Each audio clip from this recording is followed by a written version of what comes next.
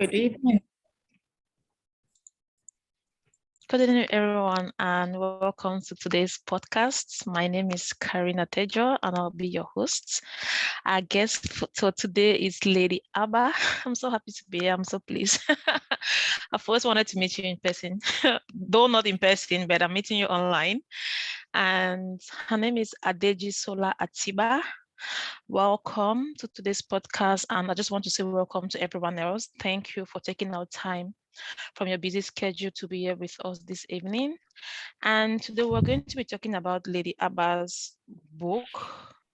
The title is Authenticity, How My Why Me Moments Shape My Life. And a few of us have been fortunate to go through the book before this podcast, and most of our questions will be based centered around this book and around her life.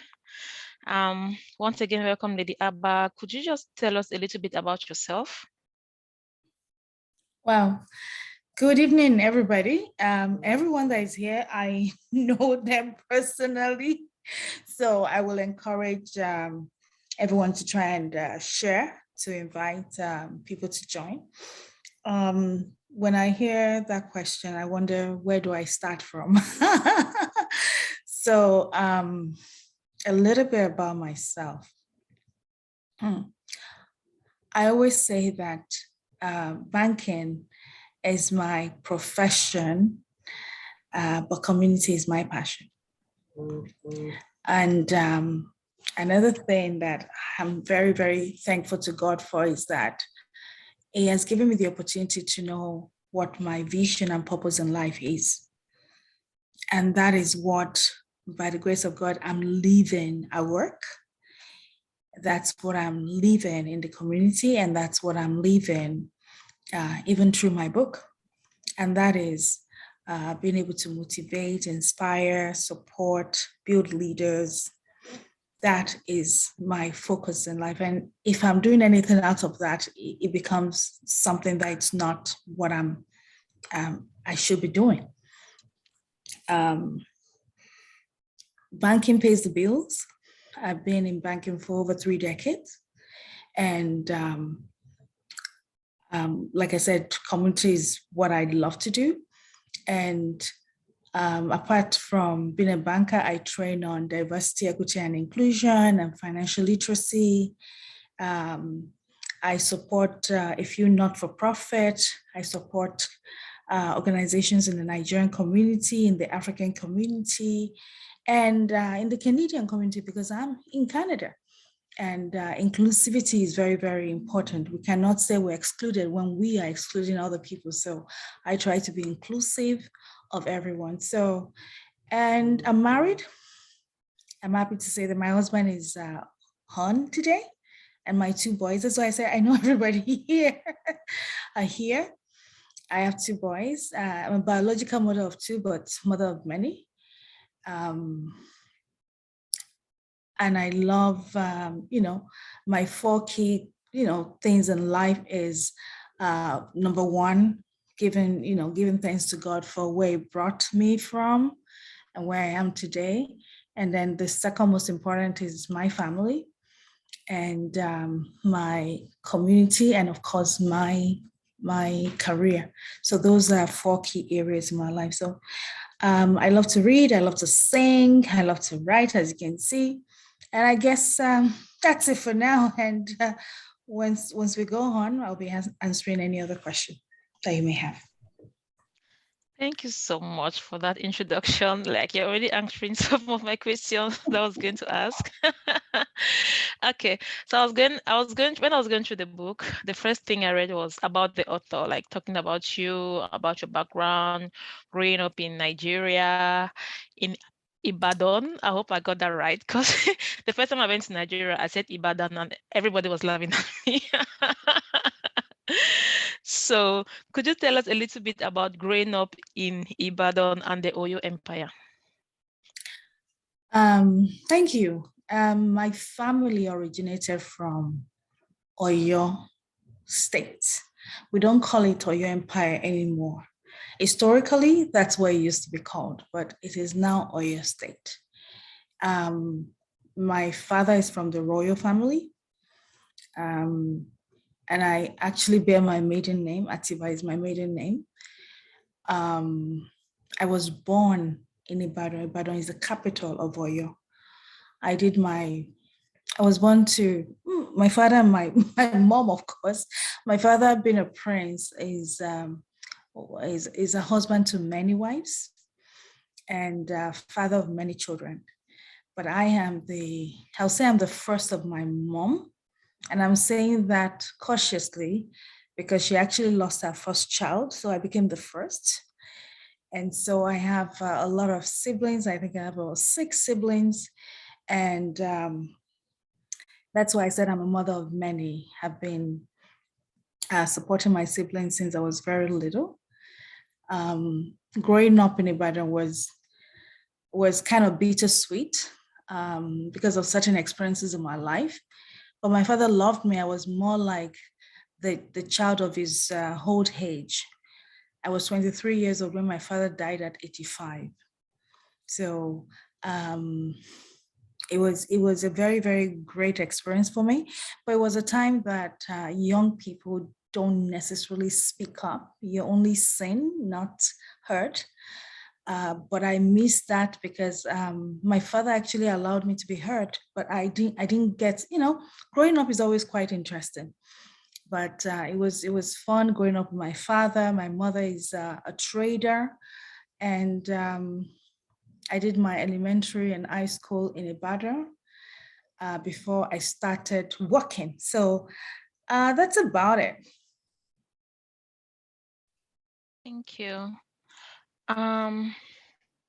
Let's focus a little bit on the book itself.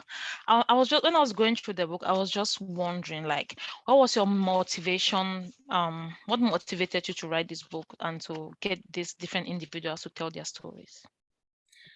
My motivation, believe you me, I know that everybody has a story to tell, right? I know I have a story to tell.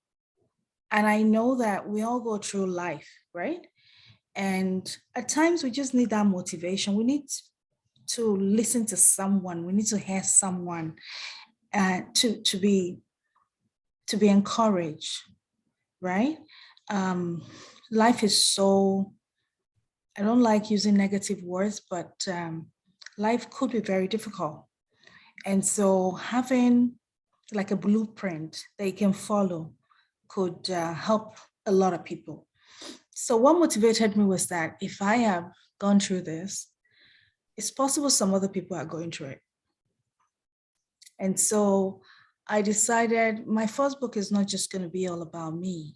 I want to see if I can get people that will be able to share their stories, like I said, because I know I've gone through life. I know that people have gone through life, and some of us, we want to speak up more than others.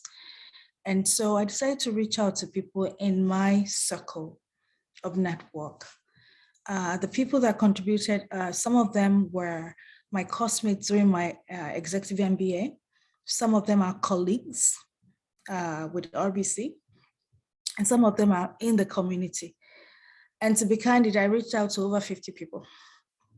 But like I said, some of us, we like to talk more than others, but I'm thankful because by the time I started putting the book together, I actually started working on it since 2019. Just shortly before COVID, and then COVID came, and so I just, relaxed. But come 2022, I said, enough is enough. I need to get this done. So it was from a point of lived experience, I would say. Everything I do is from a point of lived experience. How can I add value to somebody? How can I pass some information across? And publishing a book is not easy. It's not easy at all. But you know what? Once you cross the other ones, you learn from, what you've done and you improve on the next one. So I'm really happy that it's actually in the space where people can pick it up and read it because even the testimonials I've been having, I'm so happy that people can relate to it. And people are really recommending it to a lot of people. And I'm so, so happy that it's having that impact. That's what I thought it was going to have. But, when you like something, it's you, right? You always think it's the best thing ever. But when people actually validate that, it just takes it to the next level. So the motivation was, we all have a story to tell. How can we support each other along the journey to make it easier for each other? Well, thanks. And when I started reading the stories, I didn't want to stop. They were so interesting. And like you said, some of the stories are relatable. I think some of us will easily connect to these stories. I was just curious, are these all real stories, or are there some like that are fictional? There's no fiction there.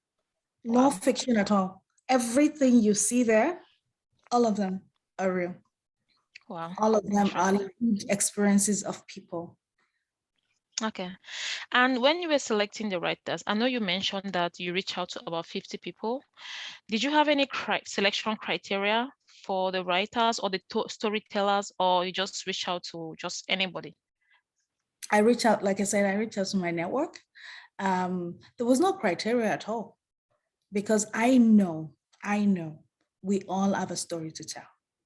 Mhm. And I'm sure if I'd reach out to you, you'll be able to put some things down. I remember Definitely. exactly. I remember some people telling me, oh no, my story is not ready yet. Believe you me, my story is not done yet, but I pen this down because I know that by penning it down, a lot of people will see, they'll be motivated by some form of perseverance, some form of, God in the midst of the storm, some form of hope. So, because I always tell people, I said, if we go to the graveyard today, there's so many talents that are dead and buried. Mhm. I don't hold tomorrow. So I'm going to do the best I can today. So if that means writing some part of that story today, I will write it because I know it will touch someone. Definitely, definitely. Like these stories are so relatable. I remember one of the stories, one of the writers mentioned that he used to commute for 2 hours to work. And when I just came to Canada, I used to commute for 1 hour, 30 minutes. And I was like, I thought my story is like the most pathetic story in Canada until I read that story. I'm like, okay, mine is not that worse. It's not. Yeah, that's so relatable. And it kind of acts as, I don't want to say consolation, but it kind of motivates us to make us understand that, like, you're not alone in this world, you're not alone in this struggle. There are other people that are going through, and kind of give us the reason to want to keep fighting, because that's life, right? We always have to fight. Okay. So over to the next question. Like, these stories are so personal. Like, when I was going through the book, the stories are so personal, they are so touching. And I was wondering in my mind, like, how were you able to convince this writer to share such vulnerable stories? So thank you so much. So it was not much of a conviction. I told them what I want. If you look at the book, you'll see the letter I sent to each and every one of them. And I also followed up with a phone call to each and every one of them, the ones that I cannot talk to in person. I told them what I'm looking for, that we've all gone through some moment in our lives, right? Mhm. And what did you do, to get through that moment? And what would you encourage people that are going through those kind of moments? It was during that book that I actually learned, if a couple of them said, I've come to tell myself, I think I'm going through this because God knows I have the resources to take care of it. And so they said, why not me? Why would it be happening to somebody that cannot even do anything for themselves if they were going through that? So I learned a lot from that. And another thing is, a lot of us would say, oh, I'm a half full kind of person, cup kind of person. I'm a half empty cup kind of person. And, you know, I'm a Christian. And if you check my website, you will see that there. I'm proud because that's who I am. I'm proud to say I'm a Christian. And we serve a God that says the cup is refillable. So why am I half empty, half full when God can refill my cup? So when I hear somebody say, why not me? I'm like, so true. We go through this, and whether we like it or not, there's certain things happening in our life that actually prepares us for situations like this. And I'm so thankful because I think there were certain things in my life that prepared me for some of the journeys I went through. And I'm happy I went through those journeys. Maybe it is for such a time as this to be able to impact to somebody else and say, it may look dark, but believe you me, after darkness come light. There will always be light at the end of the tunnel. Definitely. Definitely. Thank you so much. So I forgot to ask a follow-up question with regards to the selection criteria. The stories in the book, are they all written by immigrants or just anyone in Canada? Actually, there's a selection of everyone. There's Okay. Caucasian, there's Oh, wow. there's Asian, there's everybody in the world is represented in that book. Africa, all the continents in the world are represented. Nice. I love that. I love that. Okay. One big question. What is the meaning of why me moment? Um, why me? Why me? We all say why me, right? You know, we're Yeah. going through things in life and we're like, seriously, why am I going through this again? It seems that God is not answering me.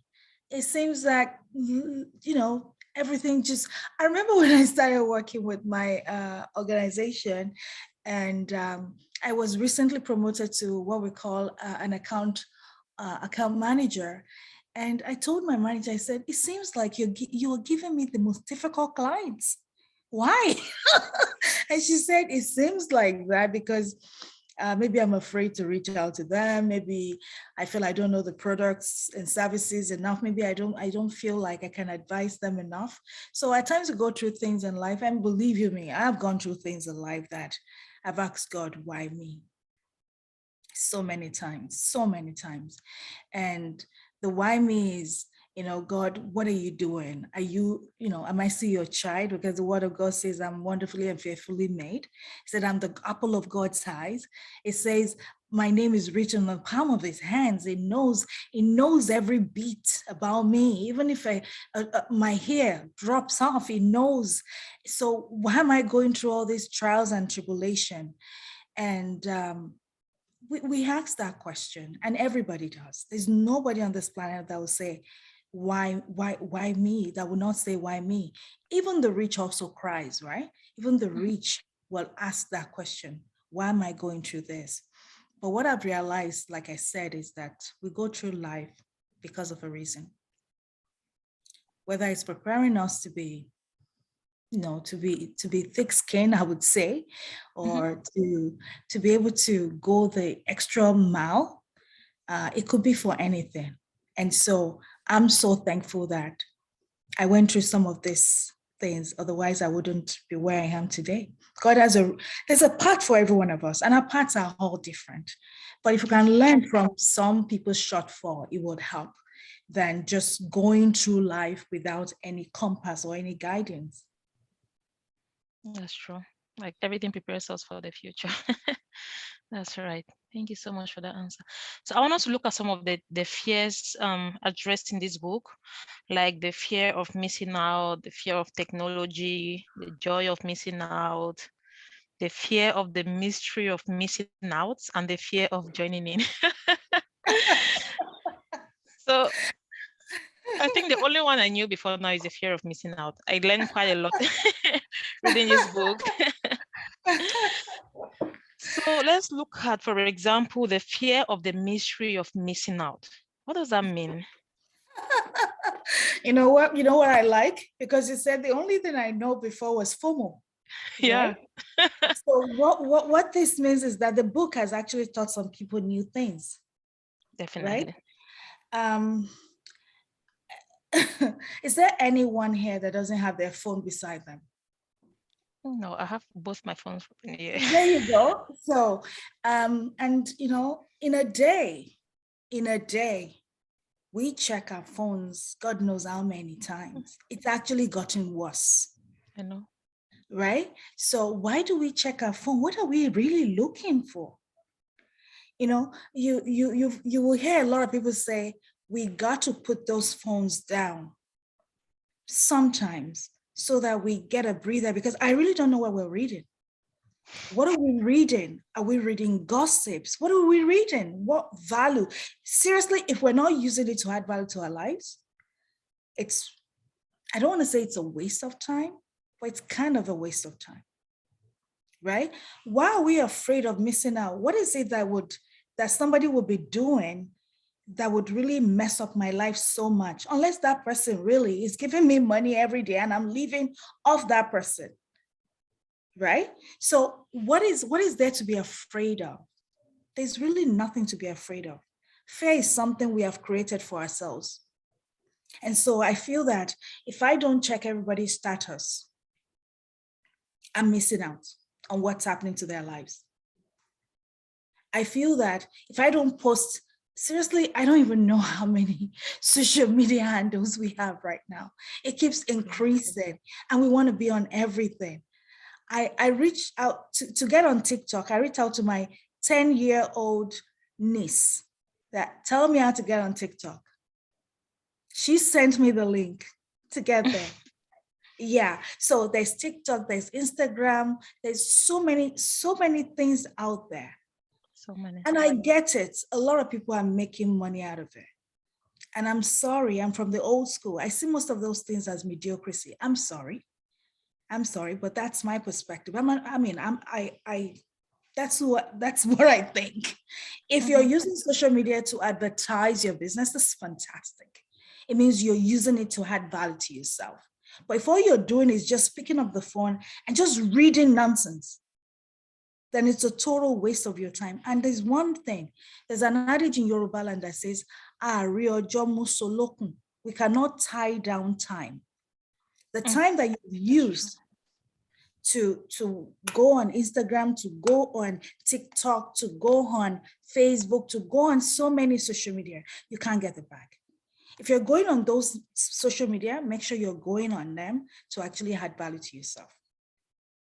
So when you say fear of the misery of missing out, let's assume, let me use Nigeria for example. At times there's no electricity. They can't even charge their phone. They're miserable because they're like, oh my God, the world is passing me by. But the world is not passing me by. YouTube. Do you understand? The world is not passing anybody by.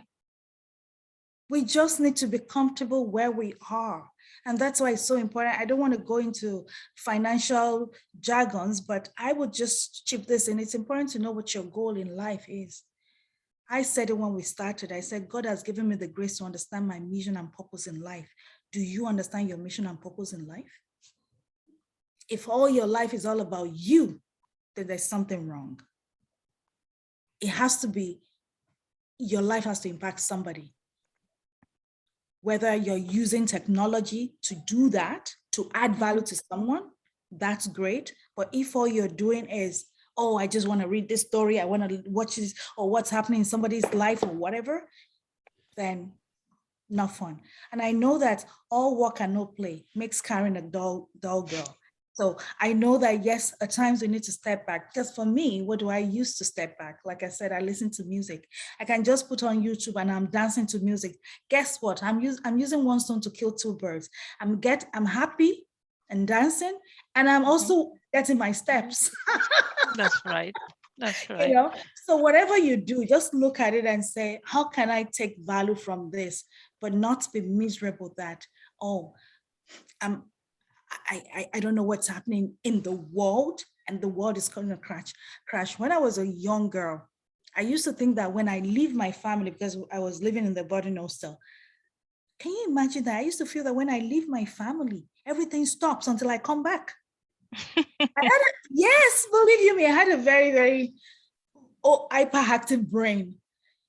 And the shock of my life was when they called me that my mom had a baby. I'm like, how can she be pregnant and have a baby without me? Can you imagine that? That was actually the rude shock. I said, oh, Adejisola, it seems like life goes on if you're not there. Totally. I'm telling you, I was in primary school and I'm like, how can she have a baby without me? But primary school, in a boarding school? Boarding school. Yeah, I started boarding school when I was 4 years old. Yeah. Wow, Yeah. really? Yeah. I didn't know there are boarding school for primary school children. I'm Oh, learning that just today. we have it in Nigeria. Wow, Mhm. wow, wow, wow. Interesting. We learned something new today. Okay.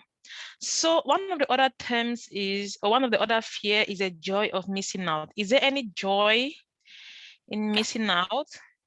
So this has been purposeful, actually.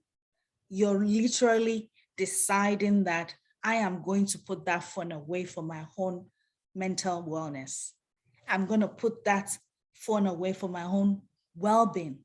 So you are full of joy because you're able to do other things. So, for instance, our young children, they used to go out a lot and play, Mhm. whether it's soccer, whether it's basketball and things like that. But guess what? What are they doing these days?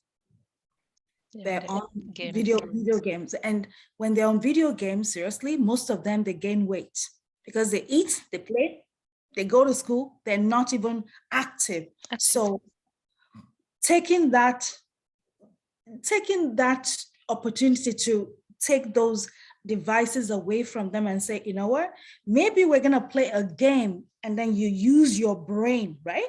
So maybe it's a Scrabble game, or maybe it's a Monopoly. You're using your brain, or maybe let's go for a walk and just let the phone be. If you're going to use the phone, maybe you want to use it for music while you're working, right? And you're so happy that you're actually missing out of the social media, noise, just to buy yourself some peace of mind. So that is the joy of missing out. It's something you do purposefully. I have to try that. Do you have any fear in particular when it comes to technology? No, I actually don't fear anything. Oh, The nice. only the only thing I fear is God, period. I don't fear anything. Now, just so you know, see, I'm in a stage in my life where um, you know, I've evolved. I'm a matured person. I'm not. Don't be fooled by all the powder that I put on my face. I'm not entirely a young person, so I've seen ups and downs in life, and so um, there's nothing that floors me. I've been disappointed. I've been loved. I've been hated. I've been put down. I've been put up. So, and the way I am right now, I don't have any expectation from anybody. All I know is I know what I can do for someone. I know what I can do, but I don't know what anybody else can do. And so I focus on me. And, I tell people, who can you control? Yourself.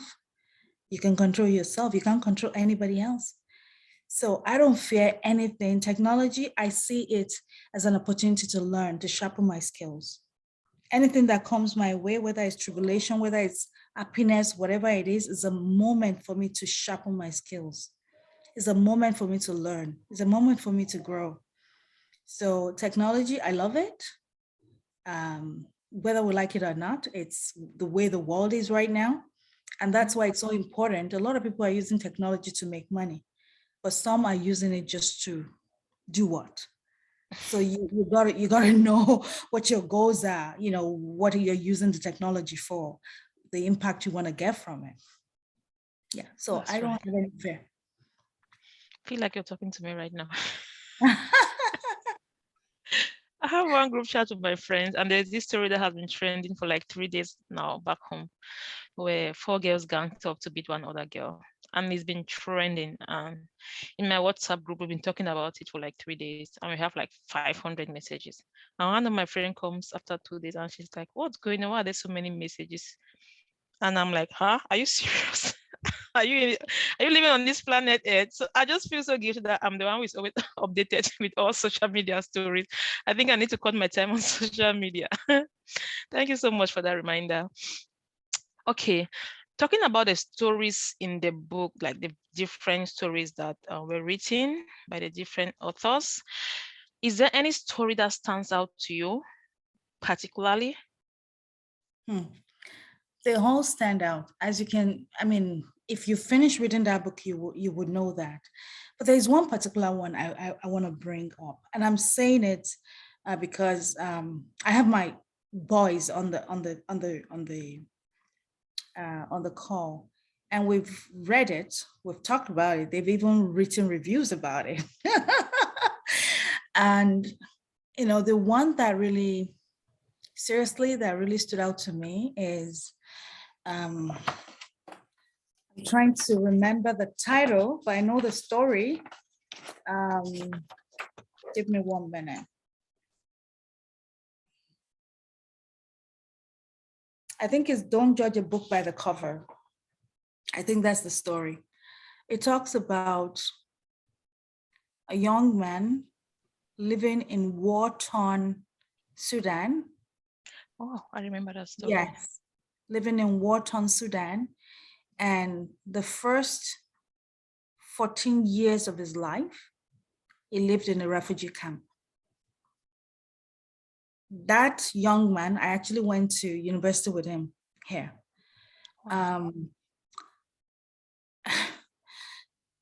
Why I'm talking about this is, see, yesterday, I felt like something sweet. I went to the store, I bought a cheesecake with caramel, and I stuffed my face with it. Not only that, I felt like something spicy, and I made pepper soup. I have a choice to do what I want. But imagine somebody living in a refugee camp. Do you know what that means? You only get to eat what is given. It's like take it or leave it. That's the only option you have. Take it or leave it. He did not see his mom for 21 years. So when we feel that we're going through life, it's so important to just sit back and say, it could be worse. Mm-hmm. We need to be thankful of where we are right now. Because there's so many people that want to be where we are right now. Most of us here, we're from the African continent. Every day we hear of people trying to get to the other side and their boat capsizing and dying in the water. Dying in the water. And we complain and say, oh, I haven't bought a house, so life is going to end. Oh, I haven't bought the car I want, so life is going to end. No, life is not going to end. There's so many other people that are having it worse than you. And I'm happy to say today that that person that did not see his mother for 21 years, that person that lived in refugee camp for the first 14 years of his life, that person lives in Canada today, is a graduate, and is working towards a CPA as we speak. And I'm so happy to know him. So when you think that life is harsh on you, please think again. Think about other people. Think about, other people that don't even have half as much as you are. And I just want to quickly add this. And it happens to me too, I would say. The minute I get another promotion, I'm already thinking about the next promotion, and I'm not enjoying where I am. I'm already thinking, oh, how I wish I was there. Let's remember to enjoy the moment. Let's live in the moment. Let's not miss the moment. Let's be thankful for the moment. Let's be thankful for the moment. Because when we're thankful, that is when better things will come our way. And remember, so many people want to be like you. So many want to be like you. So grateful. That's right. That's right. Okay. One thing I noticed about the book when I was reading, like you said, it's about its diversity and its inclusion. Like there are people from different backgrounds. I noticed there were Nigerian writers, Kenyans. Yeah, I read a story from someone who is from Asia as well. And his story stood out to me because he talks about, like, most of us think that Asian kids are from rich families and they have everything on a plate of gold. But this story is quite different from all the Asian stories that I've heard since I came to Canada. And it's quite unique. Like he had to work hard for everything that he has right now. He literally worked hard from scratch. So, and he also mentioned something about gambling. So I was just going to pick your brain a little bit about the story, because it's really, really unique for coming from an Asian. I don't know about others, but to me, it's strange to hear that an Asian. It was unique to me. I wanted to ask, what do you think about this story, and do you think it's relatable, like say to us African? Are there some African immigrants who are going through similar situation? So this book, if the people did not say where they're from, you probably wouldn't know where they're from. But I'm happy that I actually put it there that is from Asian background, because it is. And when you look at all the story, a lot of people go through all different parts of this in their lives. It just shows the humanity in all of us. It shows that struggling is not just an African thing. It shows that having to go through lack is not just an African thing. It shows that having problems, whether it's medical problems or studying and doing everything that you can do and then still see nothing for it, is not just an African thing. In Nigeria, there's gambling. People gamble even when they don't understand what they're doing. They call it palming, they're gambling on soccer teams they've never seen play before in their lives. They're putting all their money on the line. And guess who suffers when people do that? The family suffers, right? So and it doesn't have to be gambling. Gambling is just one vice. It could be drinking, right? It could be any vice, anything that is gonna take the resources away from the family that you profess to love. Anything that is gonna take the resources away that will make you not to be able to provide for your children.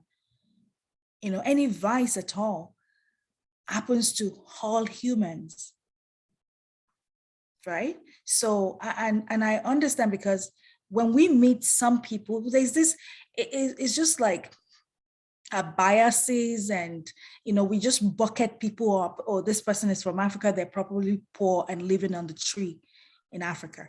Oh, this person is from Asia, oh, they're so rich, they keep bringing buckets of money in all the time.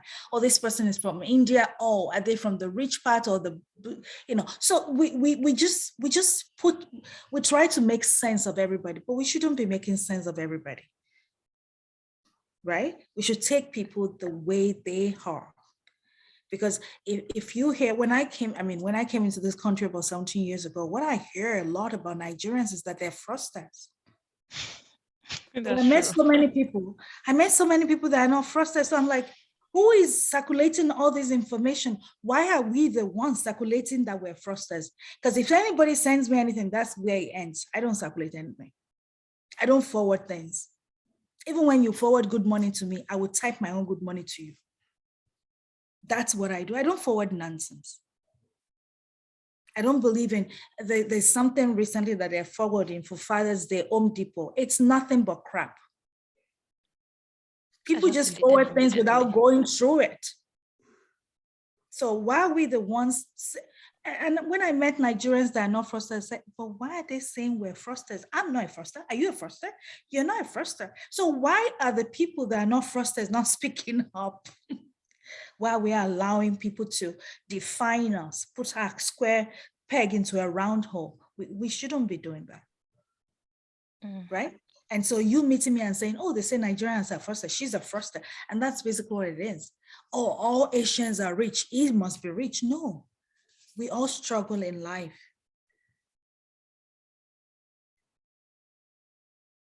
That's right. And struggling is part of living, it's part of humanity. Mm-hmm. So if you were to rewrite this book, or if you were writing it right now, is there anything that you would have changed? If yes, what would that be? I really wouldn't change the stories, because for some reason they just melted together. It became a melting pot. But I'll tell you what I'll change. I think, and that's the thing about writing a book.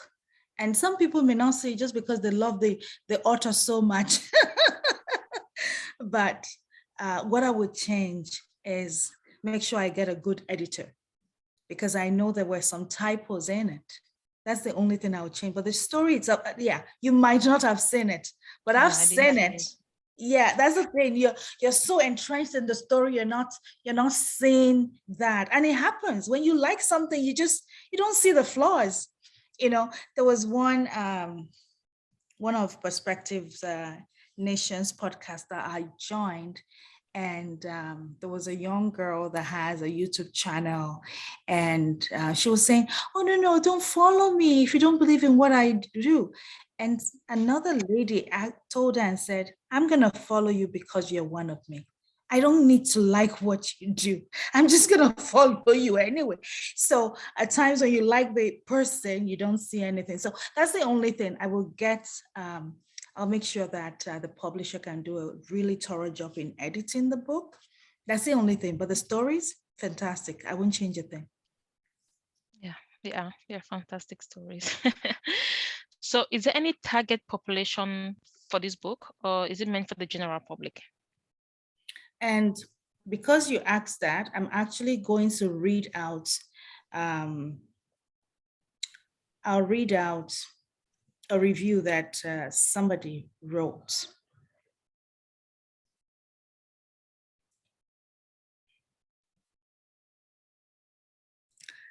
Good morning, Lady Abha. I hope you're well. Last night, I finished reading Authenticity. This is somebody I did not know from Adam. I went for an event and I took some of my books, and she bought it right there and then.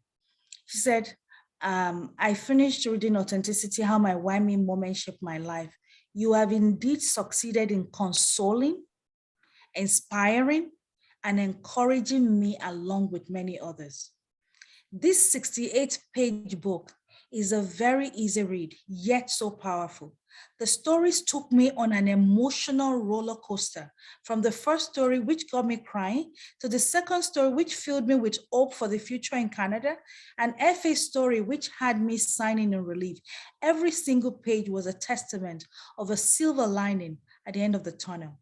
I'll recommend this to new immigrants, students who have plans of making Canada their home, and every individual facing difficult times. That was one of the reviews. So to answer your question, the book is for everyone. For youth, there's actually one of my lovely sisters that told me that a 10-year-old read it. Oh, wow. Yeah. And my 14-year-old read it. It's actually good for our youths here. When they start to misbehave, I think it's good for them to know that there's more to life than that. So yes, it's for everyone, adults, youths, students, everyone will benefit from it. Nice. And I just want to mention to everyone that you can post your questions in the chat. If you have any questions, you can type them, or if you want to ask your questions, you can just raise your hands and then we're going to let you ask your question directly. Where can readers purchase the book? How can we buy them? So my preference will be on my website, and it is ladyabha.ca. We're all Canadians, so please go to ladyabha.ca/bookstore. I have a friend that actually purchased it in Ireland. It took me double the book to mail the book to her, double the price of the book to mail the book to her. So whatever you pay on ladyabha.ca covers the cost of the book. It covers the tax, because you have to pay 5% tax on the book, and of course for mailing.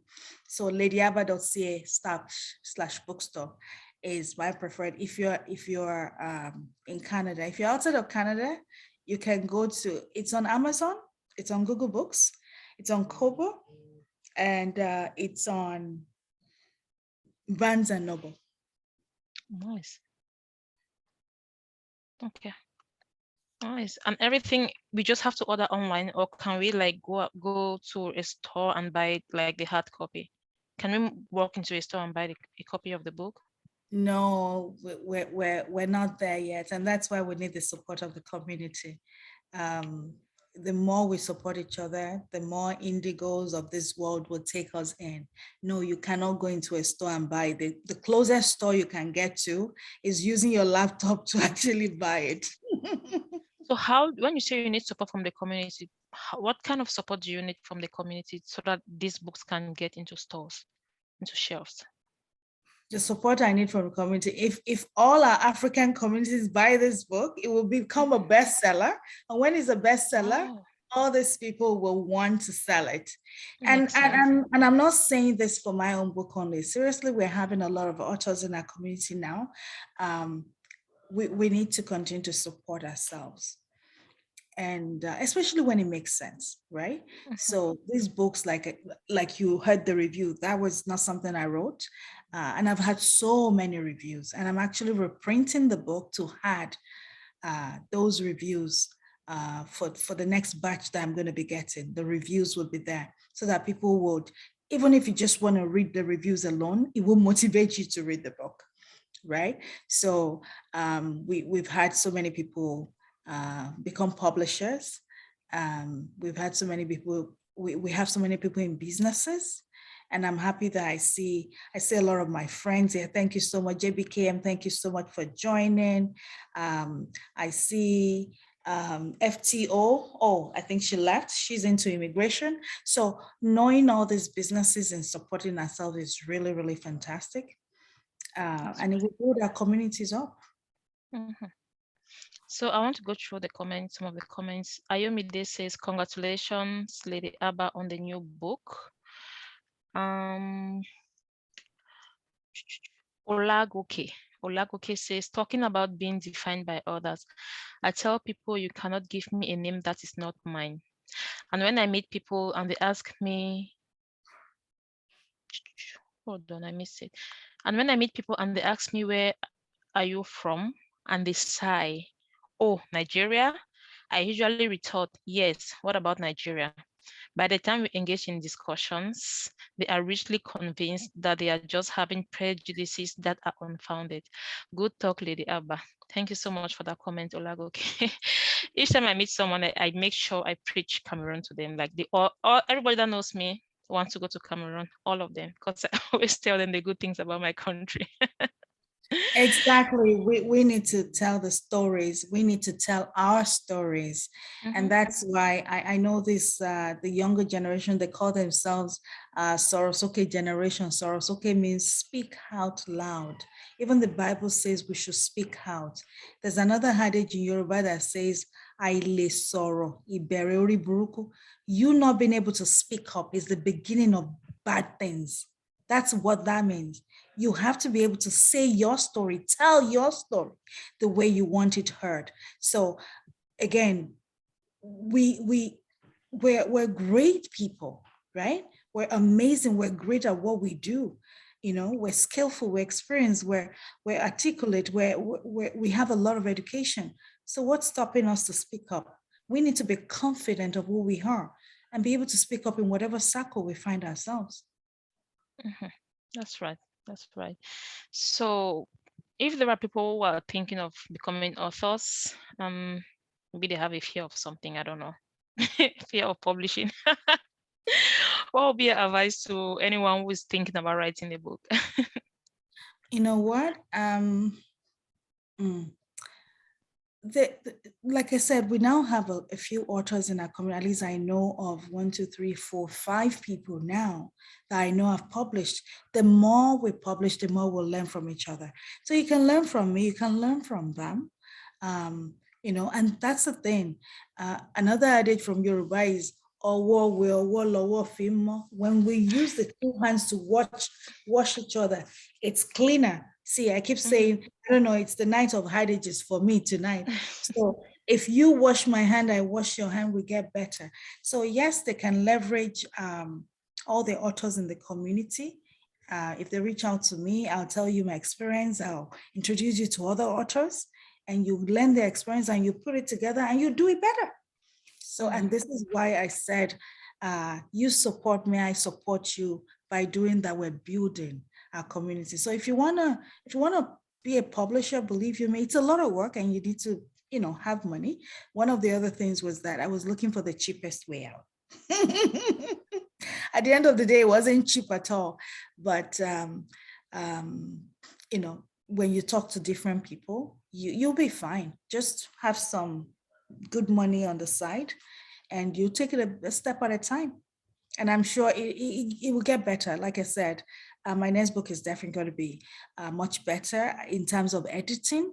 But anything else? And another thing with books, because when I was going to do this book, I was asking the publisher, I said, if I don't want the book to be overwhelming to people, what kind of pages should it be? And they said between 50 and 75 pages is a sweet spot. Mm-hmm. And that's exactly what's happening. A lot of people say it's an easy read, right? They can easily finish reading it. If it was bulky, just looking at the book alone, you're like, oh my God, I don't think I can do this. But when it's not too big, so I've realized that even if I'm going to write the next one, it won't be more than 100 pages, so that it's an easy read. You can finish it, you can gain whatever experience you need to gain from it and move on. So you want to be a publisher, reach out. We're here to help each other. Nice, interesting. And sometimes some people, like, talking from my personal experience, I've always wanted to write a book about my experience going to high school. It's one interesting experience that I was thinking about writing a book. But I'm wondering, like, is this marketable? Is this sellable? How do we identify books or stories that are going to make money, which are going to sell? How do we identify? How can we tell if a story is going to be appealing to readers, if they are going to be willing to pay money to buy the book? So you said something, Karen. You said the experience is unique, right? You said it's unique. Interesting. Okay. So you said it's interesting. So what matters is what you feel, just so you know. What matters is what you feel about the story. I felt I have a story to tell. I put pen to paper and I started writing. Right? So I was telling some of my team members today, I said, it's not about the goal, it's not about the numbers, it's about the behaviors and the activities. So the first thing is, do you have a story? Do you feel it's important? Do you feel somebody can learn from it? If you can answer those questions, then you need to pen it and put it in public. And maybe you're not going to do a printed copy yet. Maybe you're going to put it in a blog or something. Or maybe you want to post it chapter by chapter on LinkedIn. But you got to do something. You have to take that initiative. Once you've asked yourself, is this interesting? Is this unique? Will somebody learn from this? Seriously, money may not come from your first book. I have not been able to write off all my expenses yet. So maybe I would have been able to write it if I didn't do a website. So something about me is I don't know how to do something small. That's something about me. I have to do it in a big way. A lot of people will write a book and they will just put it on Amazon and that's it. I wrote a book. I did a website. Why? Because I want to make a statement. I want people to know who I am. If you go on the website now, not only will you buy the book, but you also look at who I am and you will learn from it. Do you understand? So I did it in a different way. You may not need to spend as much money as I did just because I did a website, right? So if you can answer, and I hope this book, if I'm able to sell, let me see now, at least 10,000 copies, I'm going to hire someone. I'll be able to hire someone if I sell 10,000 copies of this book. And if I sell 10,000 copies of this book, it means it's a bestseller. You need 5,000 for it to be a bestseller. It means a lot of people are talking about it. So if there's anything everybody here can do, take a picture, buy the book, take a picture of it and post it on social media. This is the book I'm reading for summer. You gotta read this. You will learn from it. And that's the point. The point is, will people learn from it? Yes. Will Definitely. It impact life? Yes. Is it motivational? Yes. Yes to all that, right? So if you buy it, take a picture, and show it to the world. This is the book I'm reading. If you're not reading this, you're missing out. If we all do that, believe you me, everybody will hear and they'll want to say, okay, I want to just know something about this book. And that's the thing, right? Sure. I'll make sure I do that. Thank you.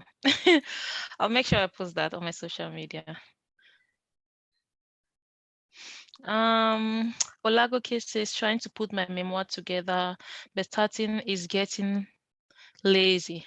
How do you get started? How do you get started learning from your experience, Lady Abha? Or how do I get started? So he's asking, I don't know if it's a he or a she, but the person is asking, how do they get started? They want to put their memoir together.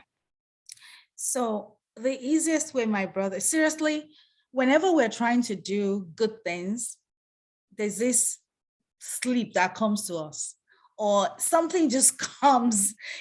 I'll give you an example. At times when I kneel down and I say I want to pray, especially when I'm really, really tired and I want to sleep, that sleep just comes and I'll realize that I've slept like 10 minutes and I wake up again. So at times I would just literally stand up and do what I need to do, right? So, baby steps. What you can do is schedule a time every day. Maybe it's an hour.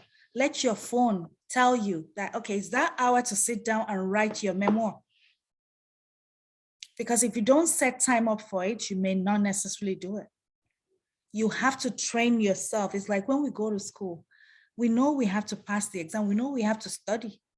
So it's the same concept. Set the time out. It could be 1 hour. By the time you get into it, you can increase it to 2 hours. And it can be 1 hour a week, and then 2 hours a week, and then 3 hours a week. It just reminds me, and I don't want to really talk about finance, but you see, when you want to start saving and you don't know where to start, there's this 365 days kind of thing that you do, that, okay, today I'm going to save $5, tomorrow $5, the next day $5. So you're doing it bit by bit by bit. So set up time for yourself. 1 hour a week. Then the next week will be 2 hours a week. Then the next week, 3 hours a week. The point is you now have a dedicated time to at least put pen to paper. Because laziness will always come, believe you me. And it may not necessarily be laziness, it's procrastination. Oh, I'll do it later. Oh, I'll do it later. Oh, I'll do it later. And we just do the things that we know we must do. Like, you got to file your tax by the end of April. You make sure you do that.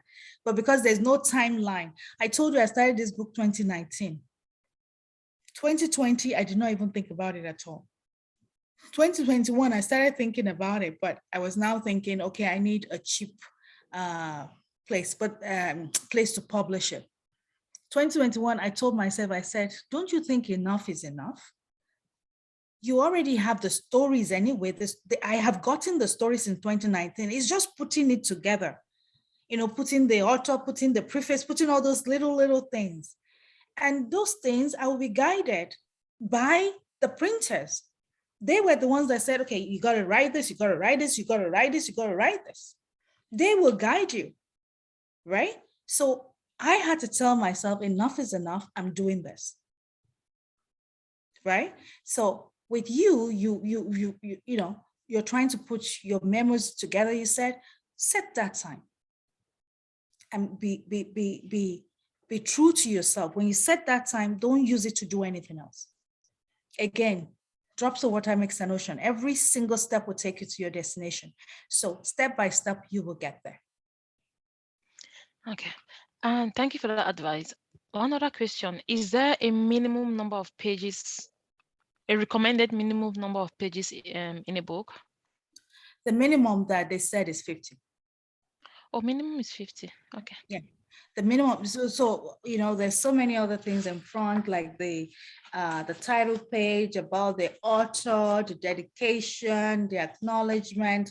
All those ones are not counted as part of the pages. So those are the first 10 pages you would see. Mm-hmm. And then, yes, so that's not counted, but the body of the book itself should be at least minimum 50. Okay. I was just wondering, because sometimes I wonder, like, is my story even going to be up to 10 pages? You'll be shocked by the time you put pen to paper. You'll be shocked how many pages it will be. Thank you so much. It's been so interesting so far. One phenomenon with us, I don't know about Nigerians, but us Cameroonians, we don't like reading. They usually say in Cameroon that if you want people to read something, put it in the cork of a beer. That's where people read because they drink beer a lot.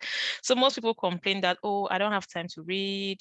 I'm busy, I have work, I have school, especially in this part of the world where like everyone is busy. Everyone is busy. So how do you tackle this problem, or what advice would you give to someone who says they are too busy and they don't have time to read? So there's actually another adage that says, if you want to hide something from an African man or woman, put it in a book.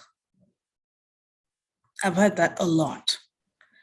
And we all know that when we read, he opens our heart, he opens our mind, he transports us to somewhere else. Your word says, I read some of these stories and I'm motivated. Oh, I thought I was having it hard.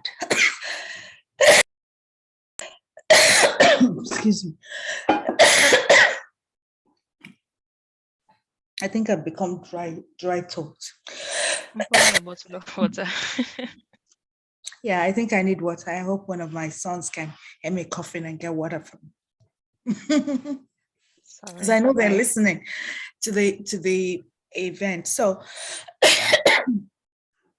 we need to propose in our hearts to read, period. The CEO of the bank I work for. Do you want to take a moment? No, my son is actually getting water for me now.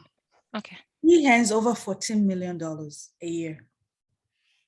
And he said, it's important to have a culture of continuous learning. Because it doesn't matter what we read, whether it is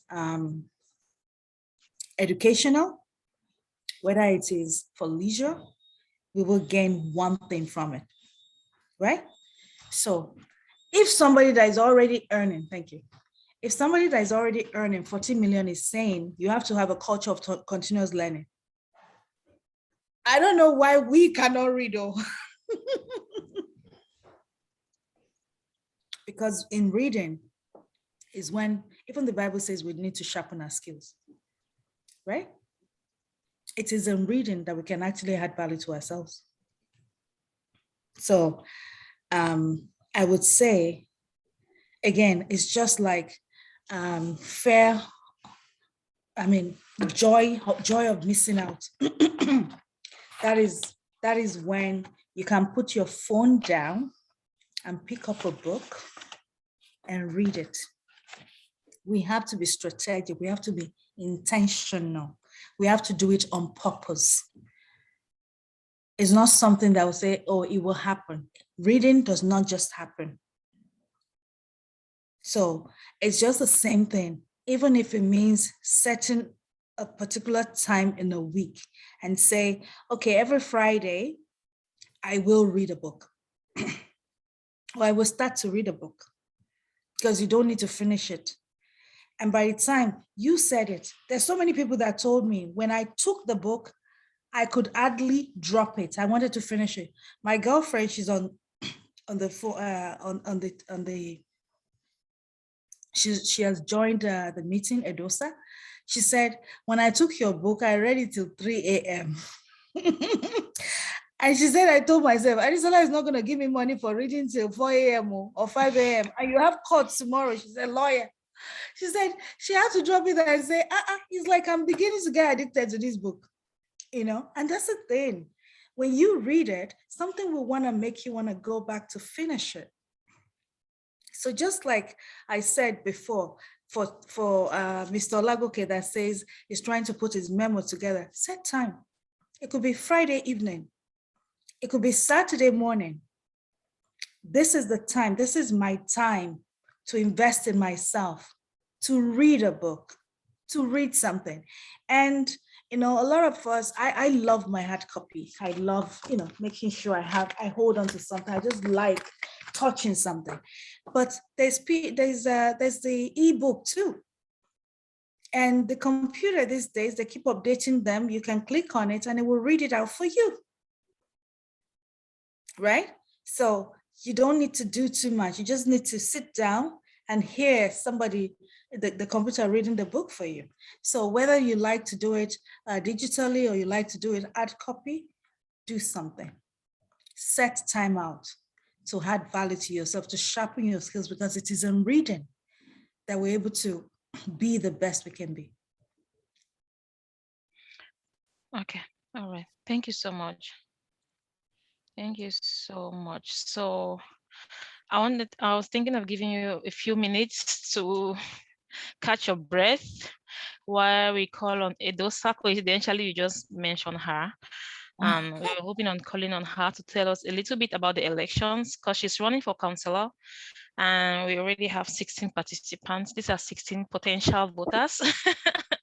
Edosa, if you don't mind, you can unmute yourself and tell us a little bit about the election, the upcoming election, and your agenda.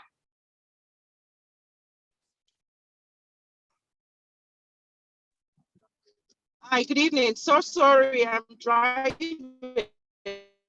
I'm sorry I started late. I signed in late. I'm actually running for the Halton Catholic District School Board trustee.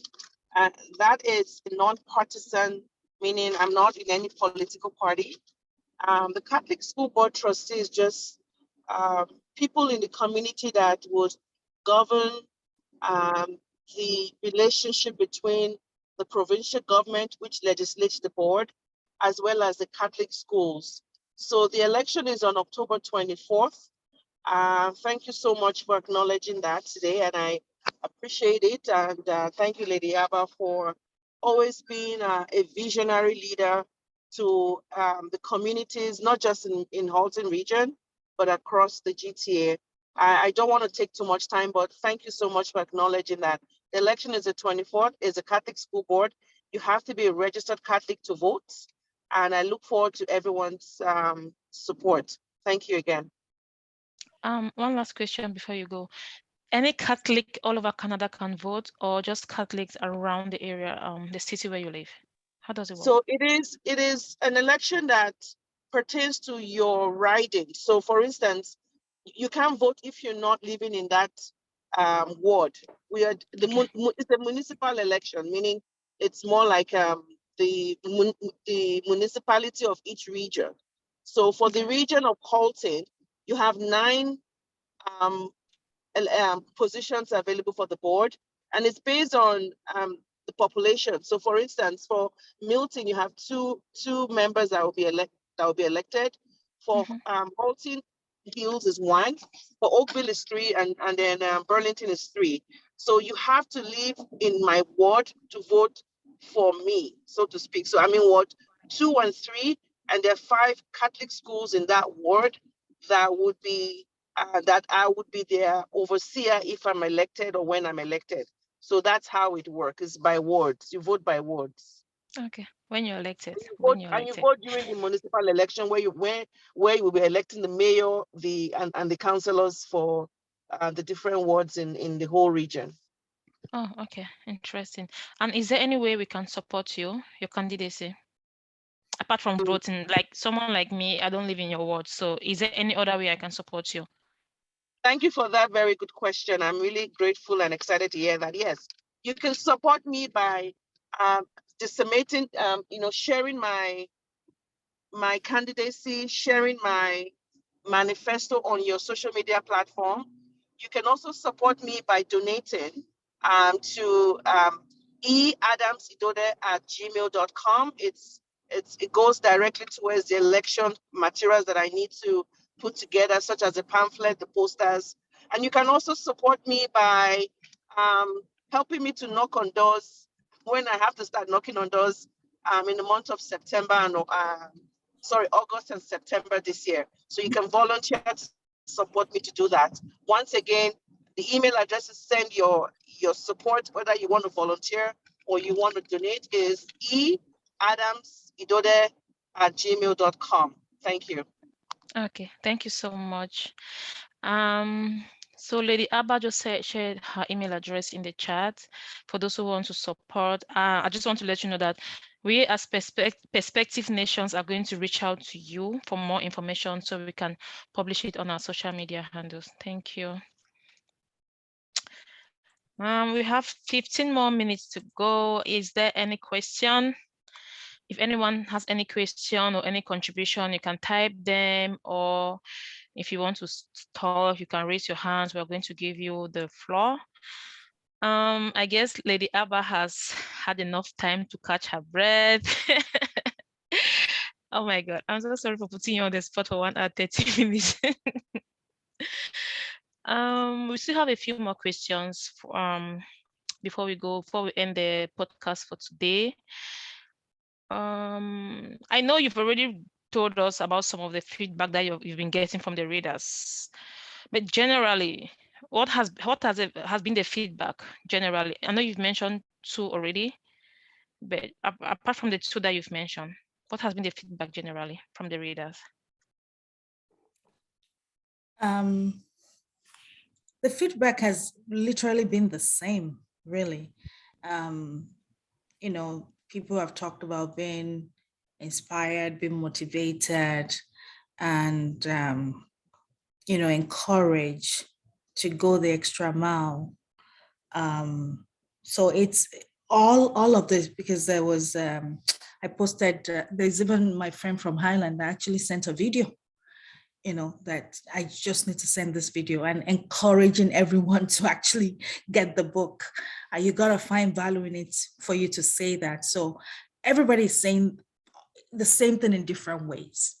Get the book, learn from it, and share with people. That has been the general message from the book. Okay. Is there any chance we can have this book for our kids in their classrooms? To be candid with you, I haven't really done much publicity for the book, but I plan to reach out to directors of various regions, because I feel that, again, it's my product. So it's, I can say I feel it's good for them.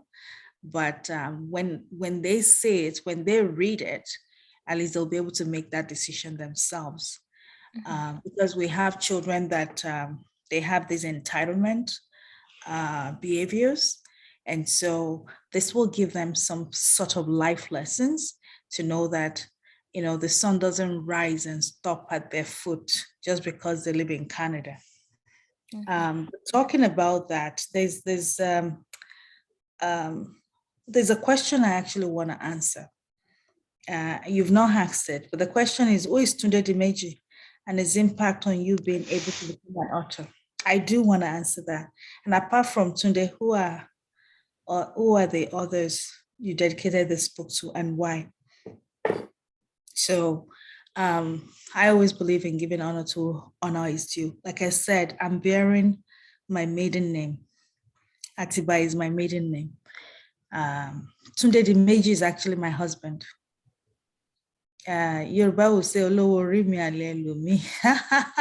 The Yorubas here will understand what I'm saying.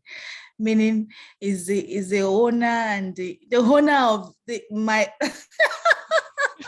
is the owner of my head. That's what that translates to. I'm very, very thankful that I have his support in all the things that I do. And he allows me to just be myself. He's a very good man. He's not bothered about, because I in our family, everybody feels that I'm the one that speaks a lot. And I look it, right? If you see him, he's like, very, it seems like someone that doesn't speak, but he does speak. I can tell you that for sure. But I just want to thank him for the support he has given me always. in everything that I do. And that's why it's so important, because getting to writing the book, there's some experiences that I had to go through to be able to write that book. So, and it was there every step of the way. And also, the other people I would like to mention are my two boys. I mentioned something about, oh, can you control, that we can only control ourselves. And so there was a time in my life where I was trying to, register for my MBA. And it was so difficult because I did not have my transcript from home. And after 5 years of complaining that I don't have my transcript from home, I talked to myself and I said, seriously, Adejisola, who can you control? And so I decided to go back to school here, another 4 years. And I remember those times that I'll be holding my two boys like this, midnight, looking for bus to get home. They will come and join me in school because it was evening. I work in the day and school in the evening. They will come from school, join me. They'll stay in the computer room, doing one thing or the other on the computer. They were on this journey with me. Even though, well, they do see the result because hard work pays. Again, if you don't read, if you don't add value to yourself, you may not get to where you want to get to.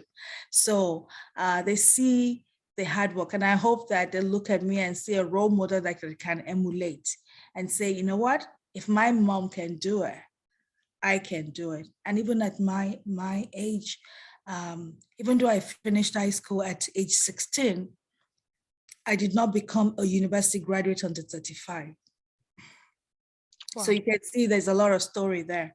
Mm-hmm. And I was studying, since I started studying at 2000, I did not know. I started studying at 1995. I did not stop until I was 49. Wow. That was 2019. I started studying. I never break the studying pattern. From 1995 to 2019, it was study. And, and that's another thing that people can learn. It's so good to make hay while the sun shines. I did not make hay when the sun shines. I was spoiled. My father was alive. I was having the life. And when he died, I realized that life is not a bed of roses. So, but I'm thankful. Again, we go through different phases in our life just because of where God wants us to be. So I'm thankful. And I just want to say thank you to my children for being there for me. Oluwato for me. It means God is enough for me. Oreofe Oluwa, it means God is Oreofe, grace of God. Grace of God. Okay. Just to mention, I was going to ask you about your husband, but for some reason I felt like it should be one of my last questions. I don't know why. I apologize for that. No, it's okay. Just a totally abstract question, because you did mention school, kids. Sometimes, how do we set, I don't want to say priorities, I don't want to say boundaries, I'm looking for the right word. How do we create a balance between working and studying and being a mom, being a wife?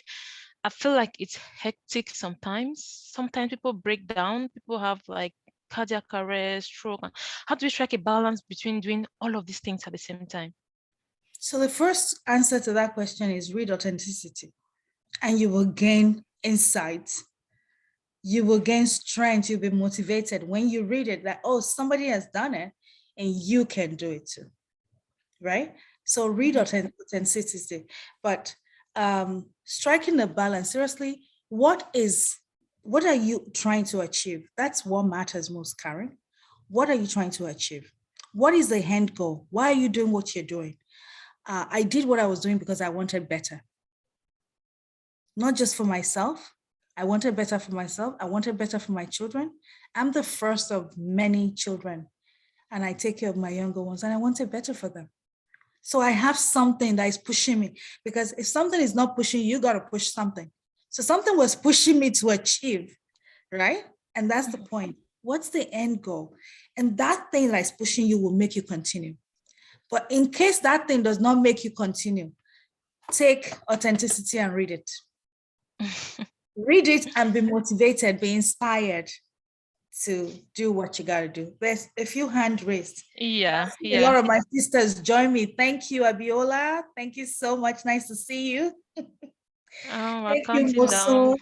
Yes, I know. Peggy. We're counting down, but we have 2 hands up. We have Yes. Edosa. Edosa, do you want to unmute yourself and ask your questions or give your contribution? Thank you so much. I had to park the car because I felt I was driving. I wasn't safe talking. But what I wanted to say was with respect to the book review. I've read, I would say 85% of the narrative, the book.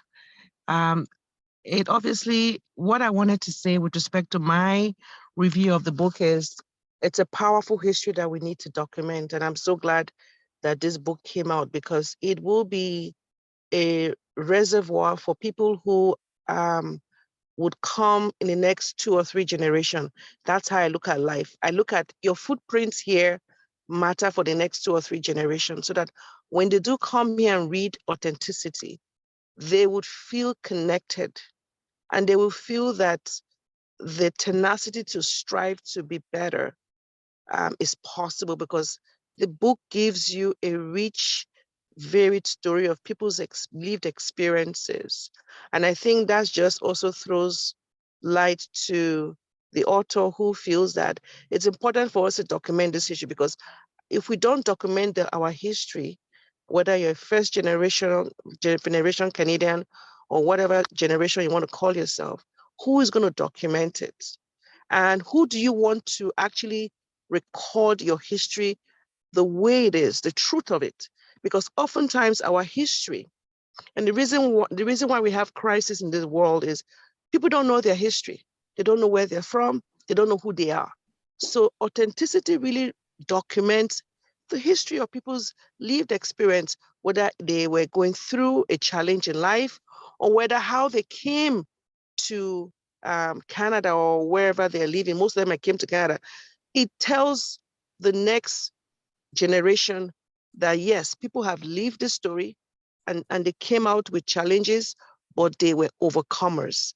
And I'm so thankful that we have somebody who's recording that history. It's critically important in my worldview. So that's my contribution to the book and to the stories that I read. Very powerful, and most of us kind of relate to it. But there's a danger of one single story, and the book tells you that all of these collective stories really contribute to the origin and the history of why we're here and why this land is so precious to us and why whatever you have today, you need to cherish it because people struggled. So if you're a youth who was born here or who lived here and went to school here, people struggled to get you to where you are today. Very important.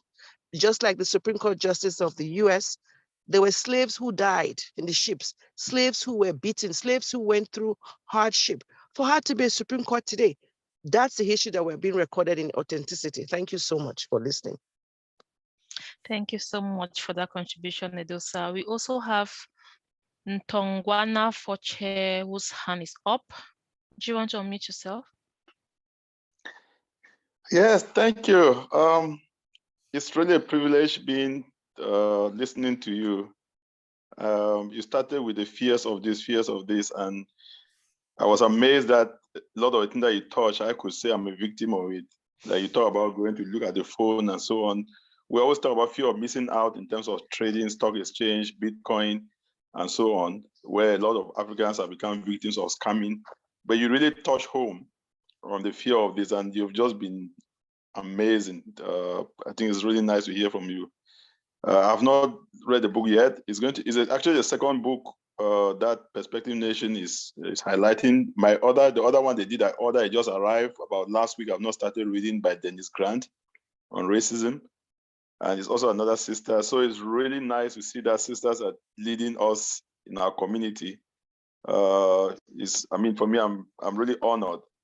The book that I was reading before that, which again was on the workshop, is by Don Oliver, who is one of the most respected Africans in Canada. And again, I came across just in the workshop like this, which I'm now reading. After that, I'll read this racism one, then I would order your book. It's so inspirational to know that you've gone through that and you're writing a book and you're creating a website and you are leading, and your messages are just amazingly powerful. I'm sure this is not the only book. I think we are going to have a book by yourself. Just hearing you talk, we need to be reading about about you. Yeah, we really need to be reading about you. You about 200 pages and not 50 pages, because you have so much to offer. So thank you very much, and thank you Perspective Nation for doing this book review. Maybe let me just add something about book reading. I'm surprised when you say that Cameroonians don't read. I always thought Cameroonians read a lot. I mean, and that's what I was thought anyway, because when I grew up in school, we were always competing in reading. Even when I went to the village, I had to buy my kerosene because we didn't have electricity, because I had to read books to go and tell my friend which books I read. So I don't know now that they don't read, but I will just give you something. Back then, Yeah, my reading went down because of the opportunity to read. So when I travel, I read a lot on the plane. The plane is guaranteed. For the last 4 years, I found that I was not traveling because I came to Canada. But what I did now is to replace it with audiobooks. So every opportunity I have, instead of listening to music, I listen to the audiobook. So I get an audiobook every month as well. The hard copy ones take me longer now because I have to create the space. But one thing I can encourage anybody who want to read, you can get a friend of 2 or 3 of you and have a book club. You don't need to be many. Because if you're a responsible person, when you have accountability to each other, like let's take this book. What Perspective Nation can just do and say, okay, let's create a group of friends. Let's just say we'll read and share ideas about this book just on this platform. Even if it's just 3, 4 people, you start that, developing that, and we say, okay, what chapter are you on now? What do you think about this page? You will see how it will motivate people to read, because there has to be a reason. So maybe there's something you should think about. Create a few clubs. Since you have a website, you can even do that as well, so that people create a club and now come and be exchanging idea on the book. It will motivate people to read. So thank you very much, and yeah, I'm very glad to be here. Thank you. Thank you so much. Thank you so much for that contribution. We are already out of time. I just wanted to ask Lady Abha if there is one last word, anything before we close for today. Thank you. I really think I've touched on everything. You asked me one thing. I love to talk, as you can see. I talk a lot. I now talk for a living because I do training on DEI and financial literacy. But I feel I've touched everything. But what I do when I had is there's nothing new under the sun. Anything that you feel you may be going through, someone has gone through it. And so there's a proverbial adage that says, it is only a fool that wants to learn from their own story. Let us learn from each other. On this platform, we have lawyers. On this platform, we have entrepreneurs. On this platform, we have professionals. Yes, I have written a book, but I am a banker, and I've been so for the past 30 years. We have professionals that can add value to each of us. So let us learn from each other. There's nothing is new under the sun. It is the complexity that may be different, but it has been lived before. So if you're not reading, talk to people, reach out to people, learn from people. And there is always a light at the end of the tunnel. There's this, I've read this thing before where people said, when I'm in trouble, I only see 2 sets of steps walking. And God said, that is me carrying you. You are not the one walking, I'm the one carrying you. So if we believe that nothing is impossible, and remember, God is not going to fall down from heaven to come and help you. He's going to use someone. And we have our community. It's a beautiful thing that we now have our community. Let's leverage our community. And talking about community, and I know Perspective Nation wouldn't mind, check out Council of Nigerian Professionals. Check out African Caribbean Council of Alton. There's so many other associations out there doing great things to empower ourselves. Let us learn from each other. Again, let us support each other. Let us know that, there's a wealth of knowledge in this community that we're not tapping into. Let's tap into it. And as we do so, God will continue to open doors for each and every one of us. And we will have mouth and the wherewithal and the money to tell our stories the way we want it told. Thank you for listening. Thank you so much for that closing remark. Before we leave, I just want to mention that we do have these sessions every 2 weeks. So there is a link on the chat to our WhatsApp group if you want to join the group. So you'll be reminded for when we have our next session coming up. Thanks to everyone who created time to be here. Thanks to Lady Abha, to the two Abiolas, to Adeyinka, Ayomide, Claire, Didier, Edosa, Barbarim, Logic Defines, Musomola, Tongwana, Oriofe Lua, Peggy, and Tunde. Thank you all so much for your time. I hope we've all learned a thing or two from this session, and looking forward to having everyone in 2 weeks' time. Thanks, and have a good weekend. Bye. Bye, Have a everyone. fantastic weekend. Bye. Thank you. Bye. Bye. Yeah. Bye. Hi, everybody. Bye-bye. Hi. Bye.